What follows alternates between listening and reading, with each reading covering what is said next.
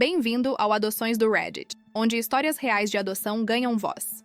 Aqui você vai ouvir relatos verdadeiros de pessoas que vivenciaram a adoção de diferentes perspectivas. Pais adotivos, filhos que foram adotados, famílias biológicas que tomaram decisões difíceis e todos os desafios emocionais, legais e sociais desse processo. Histórias de amor incondicional, de busca por identidade, de superação, de dor, de alegria e da realidade crua da adoção no Brasil. Esta é uma história real, compartilhada anonimamente no Reddit. Alguns detalhes foram alterados para proteger a identidade das pessoas envolvidas. Oi, gente! Meu nome é Fernanda, tenho 28 anos e moro em São Paulo, na Zona Leste. E eu preciso desabafar sobre uma situação absolutamente aterrorizante que está acontecendo na minha vida.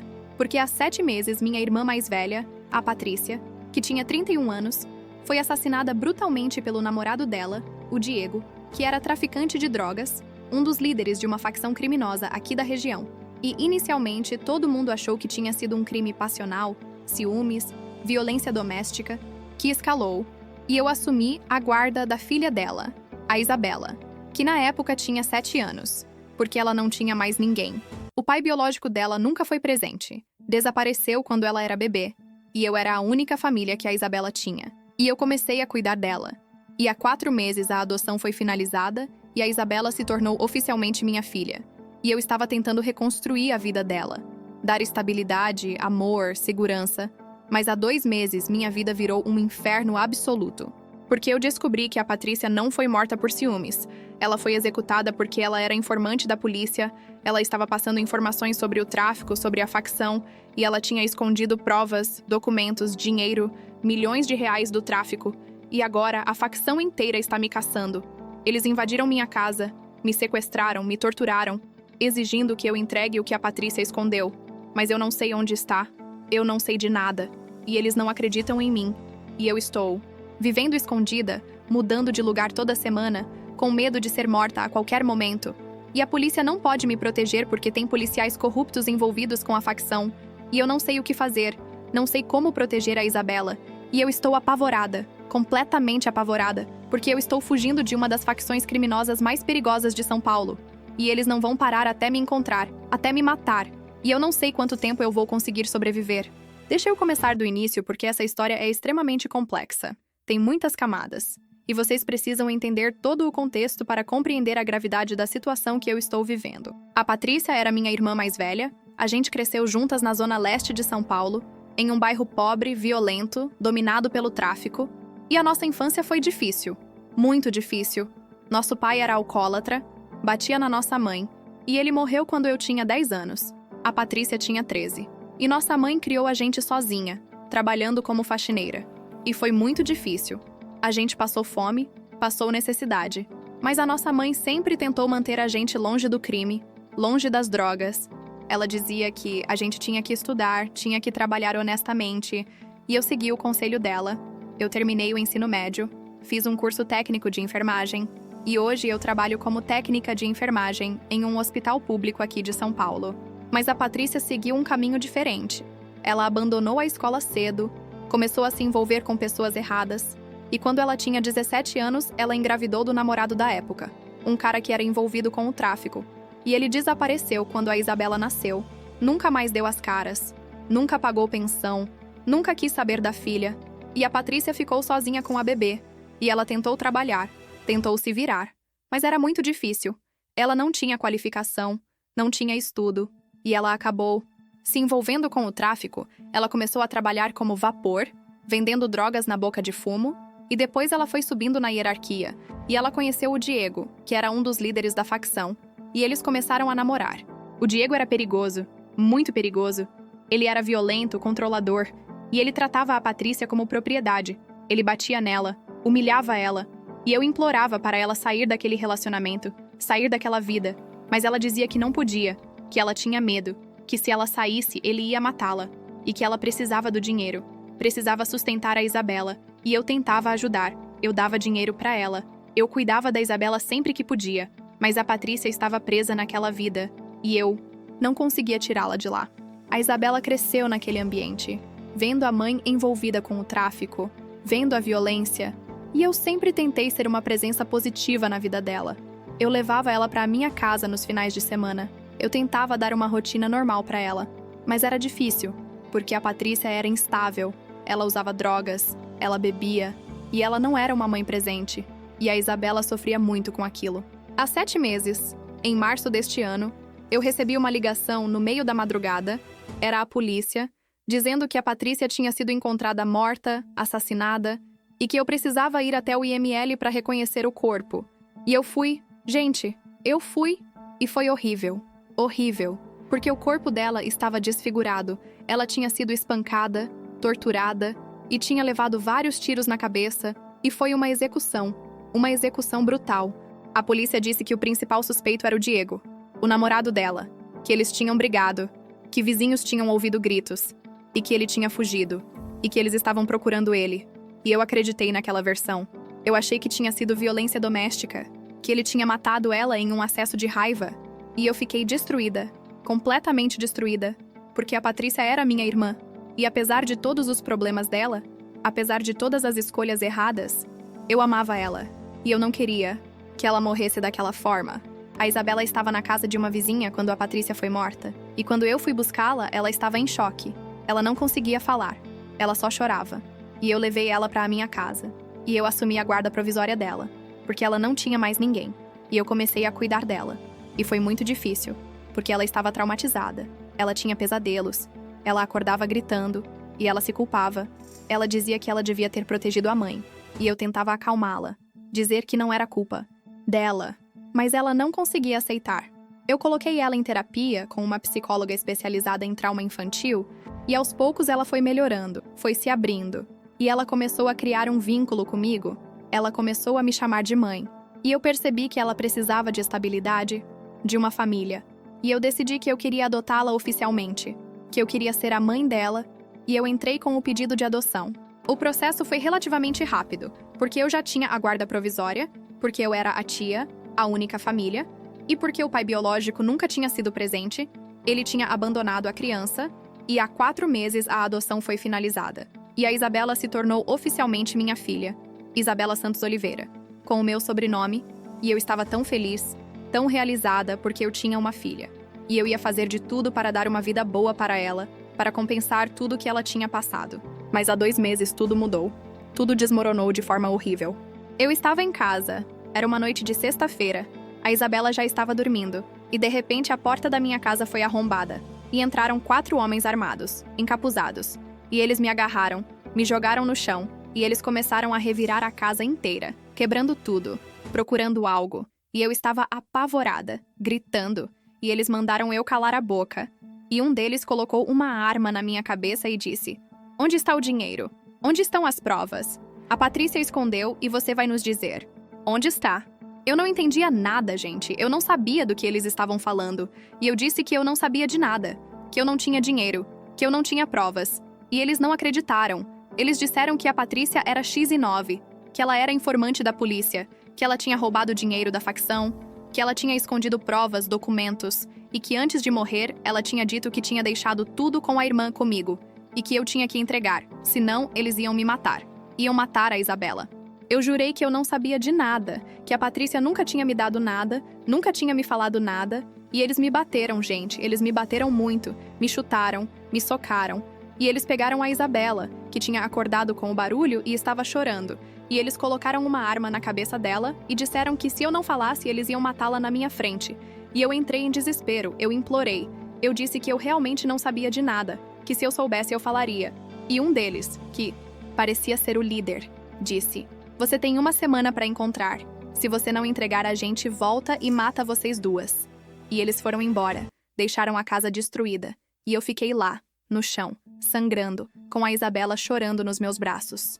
Eu liguei para a polícia, fiz um boletim de ocorrência, contei tudo. E eles disseram que iam investigar. Mas eu percebi que eles não estavam levando a sério. Eles disseram que provavelmente era cobrança de dívida, que a Patrícia devia ter deixado dívidas com o tráfico, e que eu devia pagar ou sair da cidade. E eu fiquei revoltada, porque eles não estavam me protegendo, eles não estavam fazendo nada. Eu comecei a investigar por conta própria.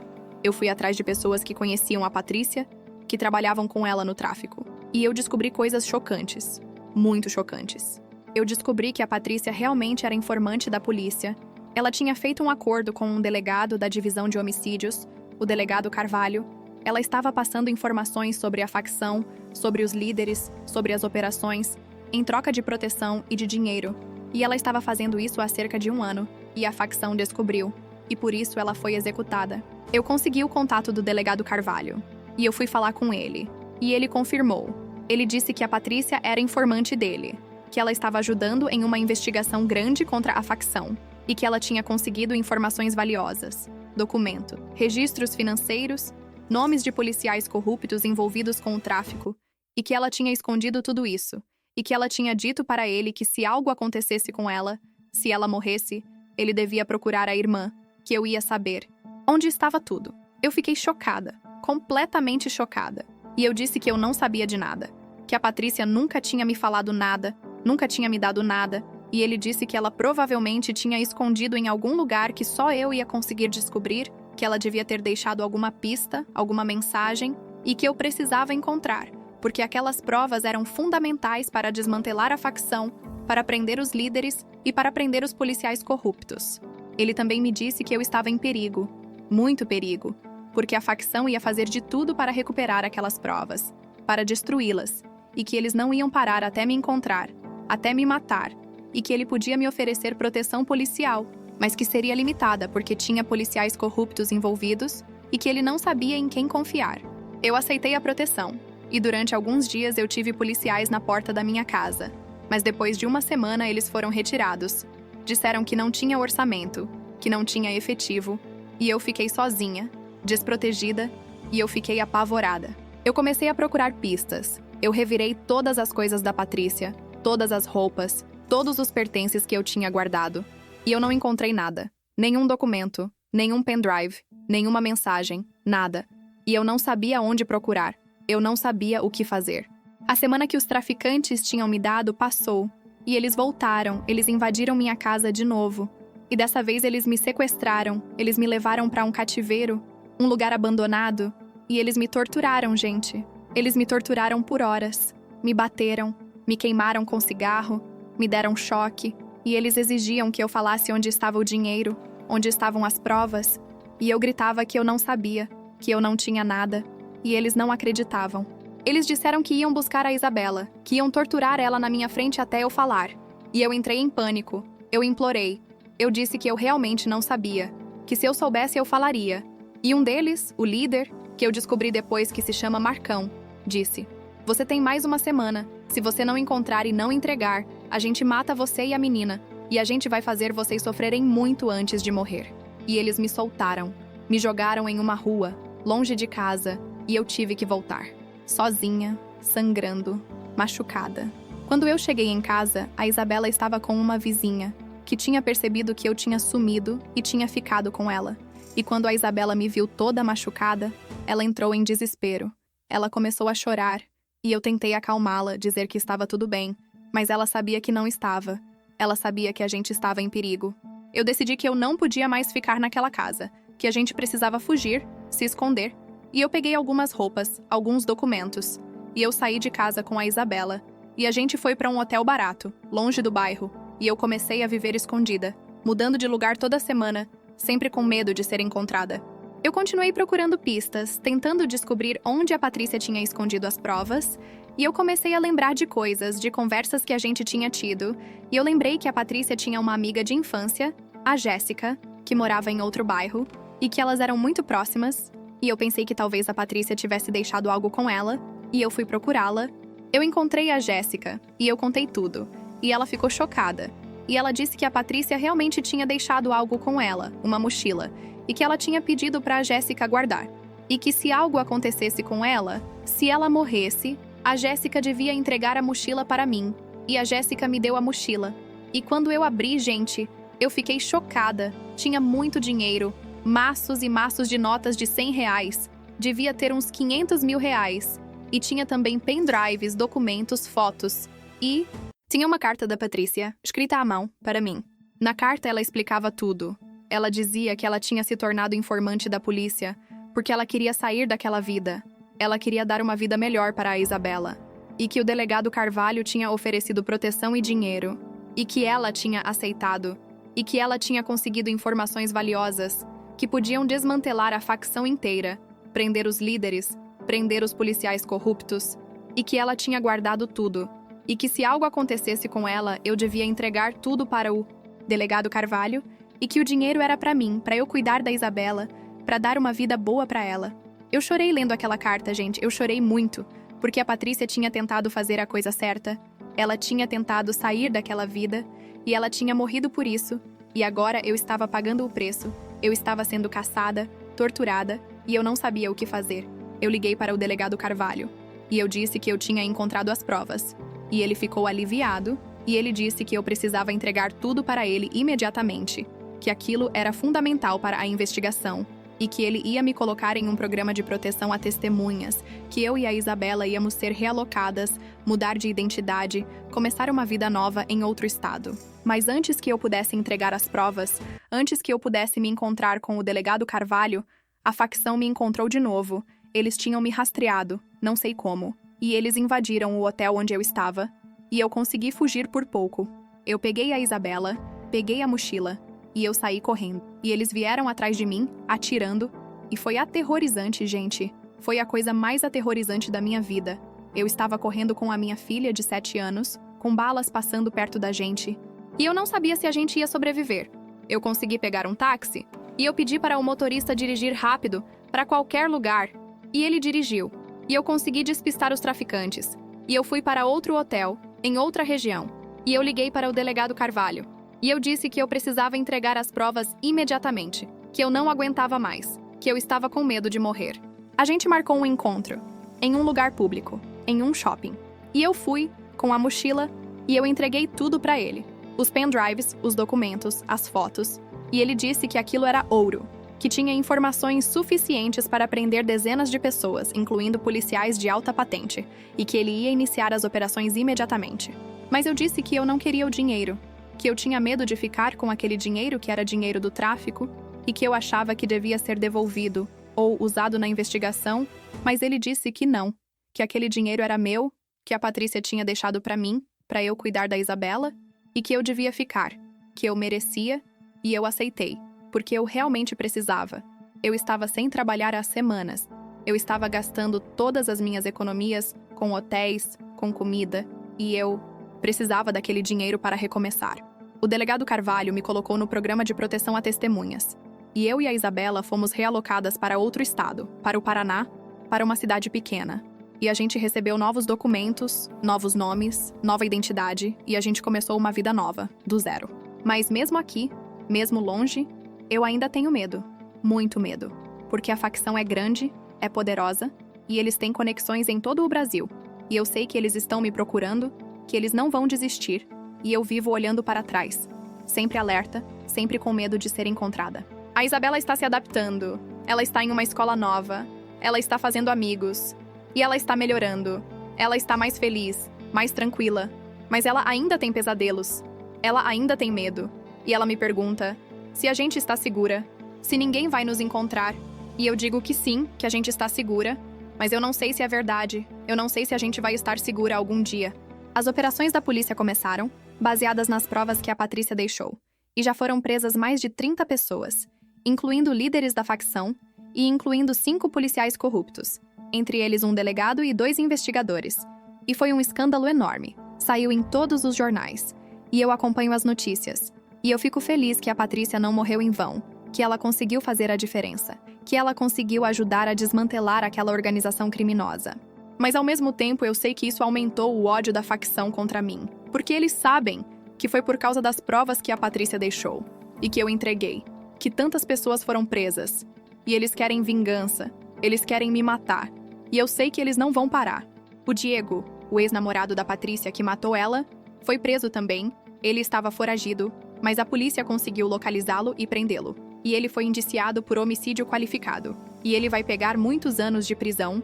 E eu fico feliz com isso, porque ele merece pagar pelo que fez, ele matou minha irmã, ele destruiu a vida da Isabela e ele precisa pagar. Mas mesmo com ele preso, mesmo com os líderes da facção presos, ainda tem muita gente solta, muitos membros da facção que estão livres. e que estão me procurando, e eu sei que eu não posso baixar a guarda. Eu preciso continuar vigilante, continuar escondida. Eu mudei completamente de vida, gente. Eu não trabalho mais como técnica de enfermagem, porque seria fácil me rastrear. E eu estou trabalhando em um supermercado, como operadora de caixa, ganhando muito menos. Mas é o que eu posso fazer. É o que é seguro.